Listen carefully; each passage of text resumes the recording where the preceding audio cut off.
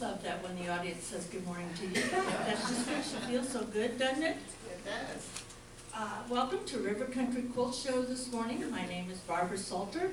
I have two helpers with me today. On this side is Teresa Sowers, one of our, she can turn around, one of our committee members. And on the other side is Julia Anderson. Turn around, Julia. Another member of our committee. I'll turn around too. Can it help? I'm a member of the committee, but I just dressed a little bit differently. The first year I did the bed turning, it was kind of an emergency situation. The lady who had been doing it for several years, her husband had a massive heart attack. He and she were in an ambulance going to Springfield, and they walked up to me about an hour ahead and said, "Barbara, we have a new job for you." What is it? "We want you to narrate the bed turning." I said, "I haven't even ever seen one." Yeah, so an hour later I was narrating bed turning. Since that time, I have really gotten into it, enjoy it so much. I get the job usually each year, and each year we try to do a number of things that will educate you a little bit about some of the older quilts or customs or things they used to do. So usually everybody has a good time. A couple other things that I want to mention to you. In the very back of the room, there is a red 3-ring notebook, and that's being added to our mailing list. Many of you that I look around the room I already know, and I know you happen to be on our mailing list. Some of you, I don't believe, probably are on our mailing list. If you would like to be, all you have to do is sign up back there. I appreciate print, because sometimes everybody's handwriting is not as always easy to read when you don't know what it says in the first place. So I would appreciate it if you print. Also, I'll mention that we would like for you to exit over here in this particular hallway, because that hallway has some items stored in it. We don't want anyone to fall down and get hurt, so we ask that you exit over here. This morning, we're starting with a quilt that doesn't really look like a quilt. This particular quilt does not have back on it, and that's because we wanted to be able to show you what the inside used to look like when they used wool battings. And when they're putting the quilts back together here, you can see all the little lumps that are in here, and you can see just a real small smattering of fabric that is left from the original. On the back, then they did put a one piece of fabric, and I figured that way they could still lay under the quilt and their toes don't go through the holes in the batting. It's just kind of interesting to kind of see how they used to do some of these things, and so we like to show you something rather different each year. Our next quilt belongs to Pam Farmer of Jacksonville. It's called Tumbling Block. It's a multicolored green item, 82 by 95. It is all hand-pieced and hand-quilted, probably done in the 1960s. Pam says that this quilt was acquired through a friend who went to a garage sale near Jacksonville. She had arrived late, and the person who was running the garage sale was already starting to get rid of some of the items that didn't sell. So her friend says, "I know somebody that really likes quilts. Would you mind if I take this? What are you going to do with it?" "Oh, well, I'm just going to put it in the garbage." So she gave it to her.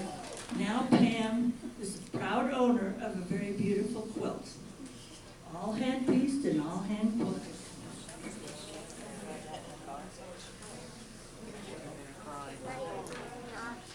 Our next quilt is currently owned by Laverne Roy, and it's very, very heavy, so I have to talk a little bit fast during this one. It's all wool. These are pieces that might have been from a place like Cap's Factory. If many of you are familiar with that, they used to make men's suits, and all of these are just scraps that were left over from possibly making men's suits.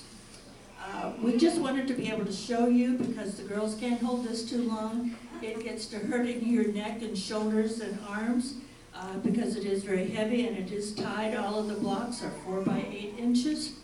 It is multicolor and probably made about the 1960s.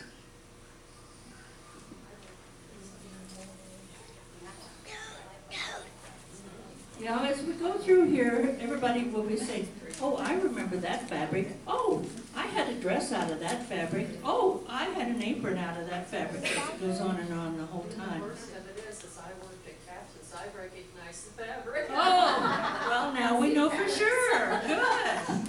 We have an authority. What she said, in case you couldn't hear her in the back, she worked at Caps, and so she recognizes those fabrics, so she knows for sure that it came from Caps now. Our next quilt is owned by Janet Schultz of Jacksonville. She calls it Mary's Fan. Most people just say it's a fan pattern.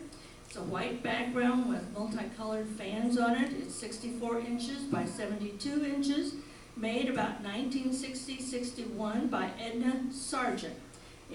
She also hand quilted it. Janet says that the quilt was hand pieced as well as hand appliqued onto the white blocks the fans were. The blocks are actually machine stitched with a thin batting and some hand quilting. It was given to her for her 8th grade graduation in 1961. So now that any of you who know Janet can work at figuring out how old she is. She said she used it daily when she was married in 1966. It's received lots of washings, but now it needs a little repair on the edges for the binding. She recognizes several fabrics from her sisters and her everyday clothes.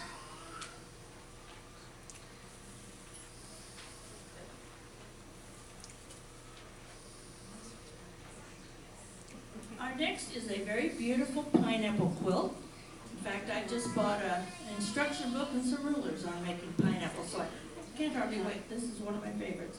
It's owned by Laverne Roy currently. It's 80 by 84 inches, made about 1960. Laverne is a person who enjoys garage sales, etc. But this one she had to go inside for.